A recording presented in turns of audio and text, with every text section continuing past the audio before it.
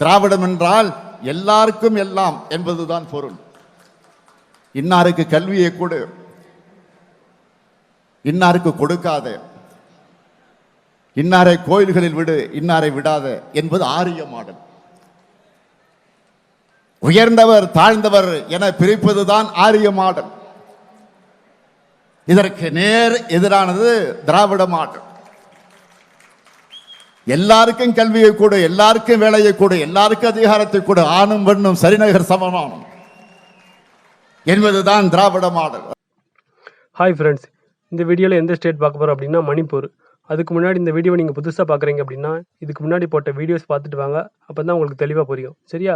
இந்த மணிப்பூர் யாரை ஆட்சி பண்ணுறாங்க அப்படின்னா இப்போதைக்கு யாரும் ஆட்சி பண்ணல. ஏன் அப்படின்னா குடியரசுத் தலைவர் ஆட்சி நடக்குது. இதுக்கு முன்னாடி யாரும் ஆட்சி பண்ணா அப்படின்னா பாஜக தான் ஆட்சி பண்ணிட்டு இருந்தாங்க. சரி, அப்போ பிஆர் டிபார்ட்மெண்ட் உள்ள போஸ்ட்லாம் எப்படி நியமனம் பண்ணாங்க அப்படின்னா எக்ஸாம்ஸ் தான் நியமனம் பண்ணாங்க. அதாவது டைரக்ட் ரெக்ரூட்மெண்ட், அதாவது ரிட்டன் எக்ஸாமினேஷன் இன்டர்வியூ வச்சு தான் நியமனம் பண்ணாங்க. சரி, யார் வைக்கிறாங்க, எப்போ வச்சாங்க அப்படின்றக்கான ஆதாரங்கள் பார்ப்போமா? இதை பாருங்க, Manipur public service commission advertisement number 7/2017 பாருங்க. போஸ்ட் நேம் பாருங்க, மொத்தம் 2 போஸ்ட்டுக்கு எக்ஸாம் நடந்திருக்கு. போஸ்ட் நேம் வந்து public relation officer in information and public relation department Manipur. பாருங்க, குரூப் பி போஸ்ட்டு, மொத்தம் 2 போஸ்ட்டு பாருங்க. ப்ரொபேஷன் பீரியடு மென்ஷன் பண்ணியிருக்காங்க 2 years.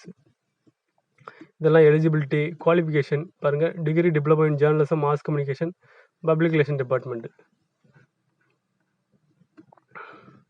இதில் வந்து என்ன தெரிய வருது அப்படின்னா இதுக்கு முன்னாடி பாஜக ஆட்சி பண்ண மணிப்பூரில் கூட பப்ளிக் ரிலேஷன் டிபார்ட்மெண்ட் உள்ள பப்ளிக் ரிலேஷன் ஆஃபீஸர் எக்ஸாம் வச்சு நியமனம் பண்ணியிருக்காங்க அப்படின்றது தெரிய வருது. சிஎம் சார் பார்த்தீங்களா, மணிப்பூரில் கூட எக்ஸாம் வைக்கிறாங்க. தமிழ்நாட்டிலையும் ஒரே ஒரு முறை எக்ஸாம் வைக்க வாய்ப்பு கொடுங்க சிஎம் சார்.